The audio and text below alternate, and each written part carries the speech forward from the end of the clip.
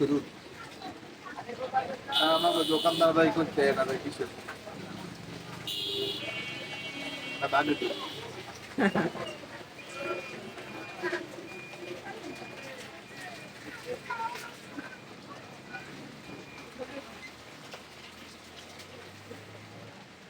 সকাল থেকে যে বৃষ্টি পড়তে আছে, জন্মে গেছে, একশো জন্মে গেছে। সকাল থেকে অনবরত বৃষ্টি পড়তেছে, আমাদের কিছু করার নাই এখন। তার বদলে দুধ খাই। বাইরে দিয়ে গেছে ভাই। হ্যাঁ,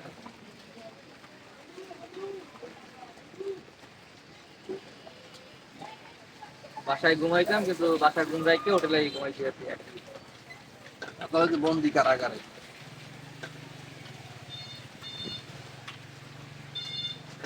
ব্যক্তি দুধ শেষ হয় না ভাই?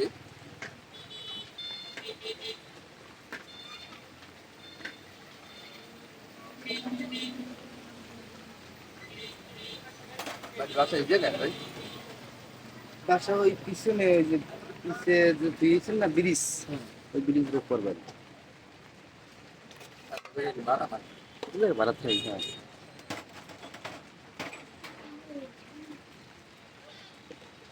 কত? ছেলেটা খুব ক্ষুধার্ত, দেখুন কিভাবে দুধটা টানিয়ে খাইয়ে ফেলাইছে। এরকম তুমি মনে হয় সকাল পর খাও না? কিছু করার নাই, বিনোদনের ছুটি ওটা পাই নাই। তো স্বামী বিদেশ, স্বামী বিদেশ, দুধ খাই দেওয়া নেই। সারাদিন অপেক্ষা করে আমি বেরোইছি, কিছু করার নাই। বৃষ্টির ভিতরে একটা আবার একটু উদ্দেরই সাথে এই দেন এই গামছাটা ধরো তোমার এই এই গামছা, এই উদ্দেরই গামছা। আপনাদেরকে একটু দেখাই বাইরের পরিবেশ, বাইরে কি অবস্থা চলতেছে আপনারা দেখেন। তো এইলো বাইরের অবস্থা, সারাদিন অপেক্ষা করার পরে বৃষ্টি থামার কোনো নাম নাই, কিন্তু আমরা আর নিজেদেরকে হোটেলের রুমে বন্দি করে রাখতে পারলাম না, যার কারণে এই বৃষ্টির ভিতরে বেরিয়ে পড়েছি। পাও না? না, এটা না। আর কিছু করার নাই, একটা উত্তরের সাথে নিয়ে আমরা এই যে বৃষ্টির ভিতরে হ্যাঁ, আবার কখন বড় মানুষ সিটের সাথে বেরিয়ে পড়েছি। তো দেখেন আমাদের সাথে আর কি কি হয়, দেখুন আমরা মানে এইভাবেই চলছে আমাদের আজকের জীবন, আজকের আজকের দিনের জীবন। না, আজকের ভ্রমণ। মানে কি একটা রাশি নিয়ে আসছি আমরা, বলতে পারি না। কথাই সকাল আছে, থেকে অনবরত কুয়াকাটার যা ভিউ দেখলে চলতে মনে আছে, হয় ফর ইউ। অনবরত চলতেছে। সাগরেরও আজকে সেই রকম তো গর্জন, আমরা ফুল গর্জন চলতেছে আমরা সেও। কিছুক্ষণ পূর্বে আমরা এখানে অনেক যুদ্ধ তো করে অনেক গেছি, অপেক্ষা করছি, আর আমরা যুদ্ধ করতে চাই না। আর সহ্য হইতেছে না। হোটেল রুমে থাকতে থাকতে বোরিং ফিল করতেছিলাম, যার কারণে সাথে নিয়ে এই যে সমুদ্রে পুরা গর্জন চলতেছে, গর্জন আর গর্জন দেখতে পারতেছেন। ধরো এই যে আজকে সমুদ্র বেশ উত্তাল, যেহেতু নিম্নচাপ চলতেছে, যার কারণে আজকে সমুদ্র বড় উত্তাল, এই যে দেখতে পারতেছেন। এবং সেই সাথে ঘুরি ঘুরি বৃষ্টি পড়তেছে। তো এখন আমরা যাব আসলে একটা হোটেলে, খাবার হোটেলে, যেখানে আমরা খাওয়া দাওয়া করছিলাম সেই হোটেলে। কারণ আমাদের সবুজ মাস্টার সে প্রায় এরকম ভ্রমণের আয়োজন করে থাকে, কিন্তু সে অ্যারেঞ্জমেন্টের ক্ষেত্রে একটু দুর্বল। তো এবারের ভ্রমণ থেকে সে একটা আইডিয়া গ্রহণ করেছে। তো আমরা যে হোটেলে অবস্থান করতেছি, যে হোটেলে খাওয়া দাওয়া করেছে, সেখান থেকে সে কাঠ সংগ্রহ করতেছে, একটি বুদ্ধিমান ছেলে। তো এখন যাচ্ছে সেই খাবার হোটেলে কাঠ সংগ্রহ করার জন্য, যাতে পরবর্তীতে সে আসলে এইসব হোটেলে এসে এরকম অ্যারেঞ্জমেন্ট করতে পারে। দেখা যাক, সে কাঠ নিয়ে আসবে। তুমি দাঁড়াও, তুমি কাঠ নিয়ে আসো বাবা। আর যে সে ভিতরে কাঠ আনতে যাচ্ছে, যাতে পরবর্তীতে সে কোনো পিকনিকের অ্যারেঞ্জমেন্ট করলে এইরকম একটা ম্যানেজমেন্ট সে সামলাতে পারে, যাতে তার জন্য সেটা হোটেলে কাঠ আনতেছে। আমরা মূলত দুপুরে এই হোটেলে খাওয়া দাওয়া করেছি। এবং সকালে নাস্তাও সেরেছি এই হোটেলে।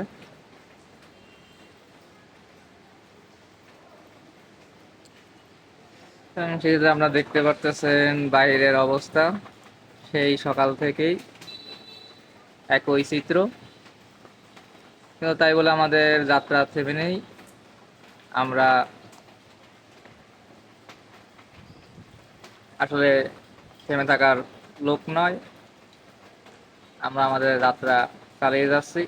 যেভাবে হোক ছাতি তার উদ্ধার করে আনছি, কারণ দিন শেষে আমরা ভ্রমণ করতে আসছি। এবং আমাদের সাথে যে সবুজ মাস্টার, সে আসলে একজন সুযোগবাদী লোক।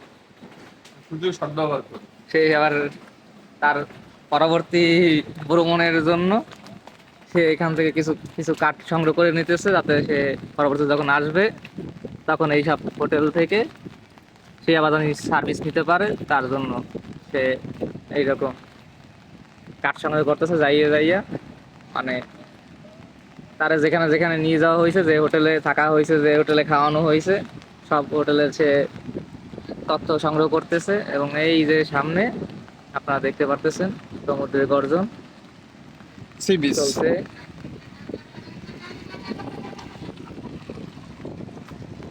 তো থাকুন আমাদের সাথে। তো এই যে দেখতে পারতেছেন উদ্দের হাতি নিয়ে আসতেছি। তবে সমস্যা একটাই, হাতি যে ধরেছে তার দিকেই সে 16 আনা রাখছে, আমার দিকে 1 আনা দিয়ে রাখছে। এই তো আমার কপাল ভালো, আমার এই গাড়ে একটা গামছা দেওয়া আছে। হ্যাঁ, উদ্দেরই গামছা। এই গামছার জন্য কিছুটা আমার সেভ হইতেছে। হ্যাঁ, উদ্দেরই গামছা। কি বলবো ভাই, হোটেল রুমে থাকতে থাকতে বোরিং লাগতেছিল। তবে গোসল কিন্তু আমাদের থেমে নাই, গোসল করছি, সেইভাবে গোসল করা হয়েছে। সেইভাবে প্রায় খাওয়া হয়েছে। কুমিরের মতোই গোসল করা হয়েছে আজকে।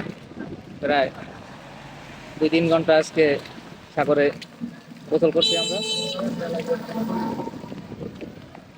এখন একটু বেশি যাচ্ছি, দেখি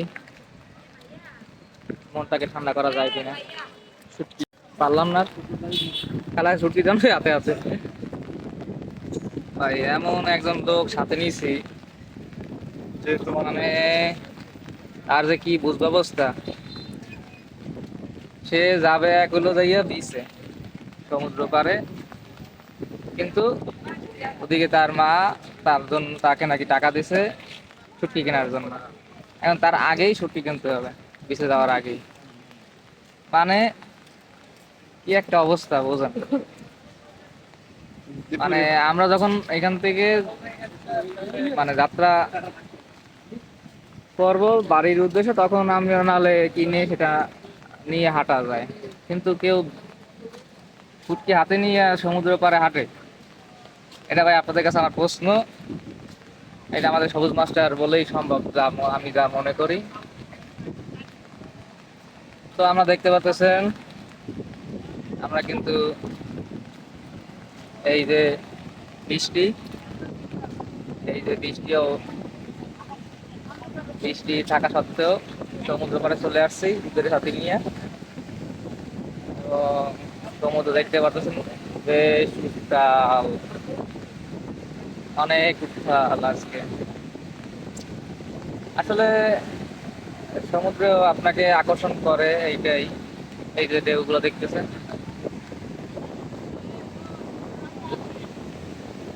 হ্যাঁ, এই যে আমাদের সামনের দলের কয়েকজনকে দেখতে পাচ্ছেন, তাদের মানে এত উত্তেজনা, তারা ভিজে ভিজে ছবি তুলতেছে। কাপড়িস ঘুরে না যায়। এই যে দেখতে পাচ্ছেন, মানে তারা ভরপুর মজা নিচ্ছে, মানে ছবি তুলতেই হবে যাই হয়ে যাক, বৃষ্টি বাদল ঝড় বন্যা।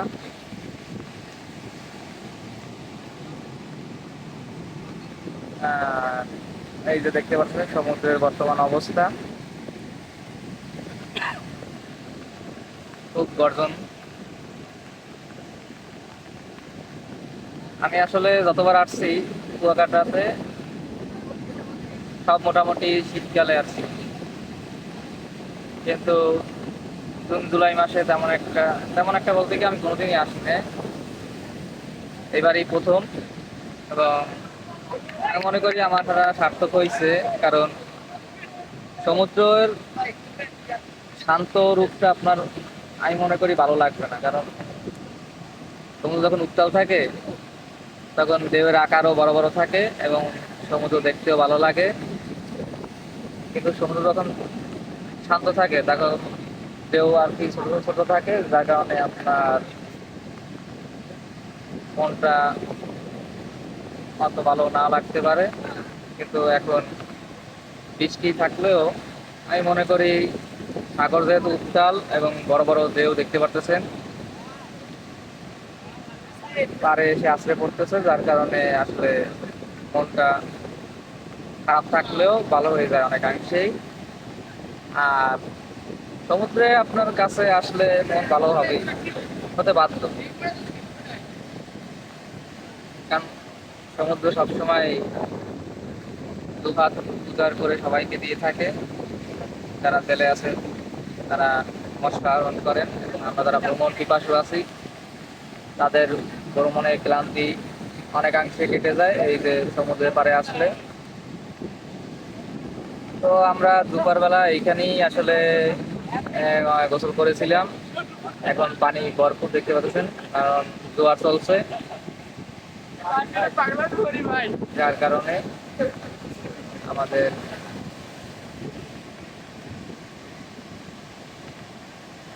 তো দেখি আর কতক্ষণ থাকা যায় এইভাবে। সাথে নিয়ে আসি, আপনারা দেখতে পাচ্ছেন।